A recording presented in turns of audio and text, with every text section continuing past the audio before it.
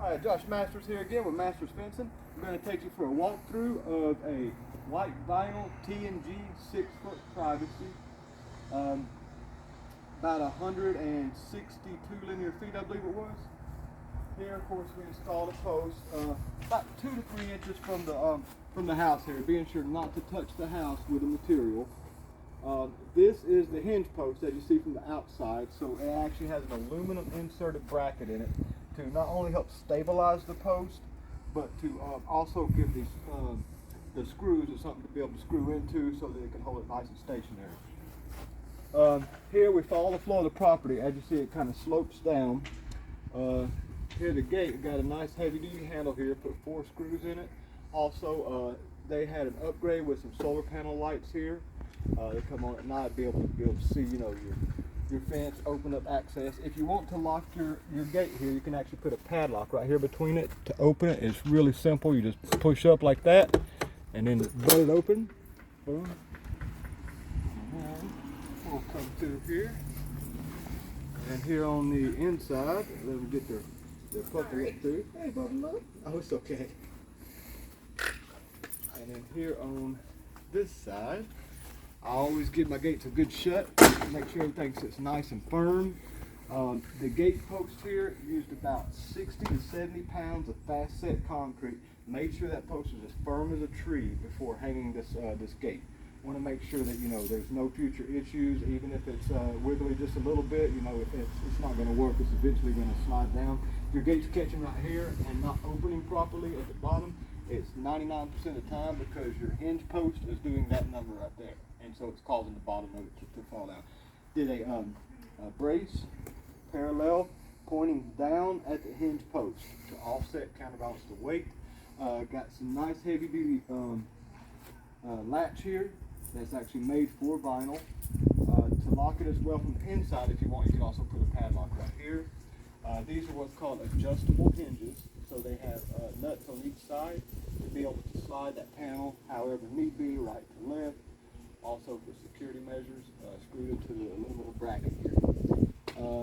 Following the floor of the property, coming down through, have a U-channel on each side of each 6-foot wide panel to make sure to be able to close that gap. What that controls is if there's a little space or whatnot, you know, it keeps it true privacy. And so coming through also, this is a higher grade material. This is the kind that you want as opposed to the panels.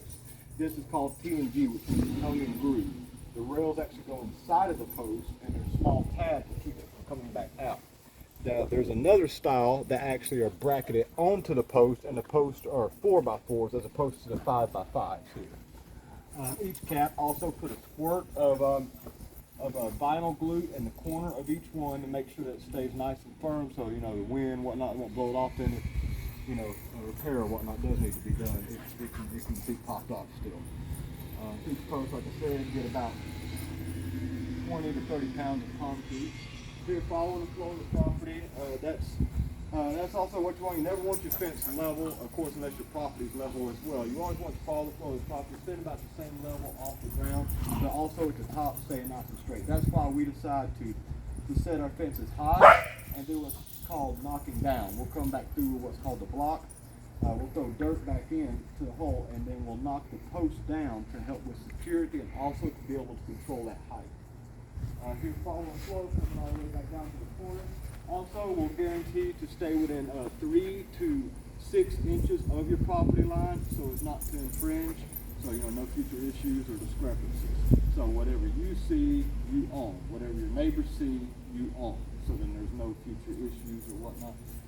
Here, continuing the flow of the property, following up. All in all, an install like this would normally take about a day to 2 days, just depending. Let's see, I believe this one took round about that time somewhere. There were a few issues, but overall it is secure and it's going to last a lifetime. That's what we believe in, building fences for a lifetime, and also it's got a lifetime warranty. Here, continuing the floor of the property, we started into the neighbor's fence right here actually.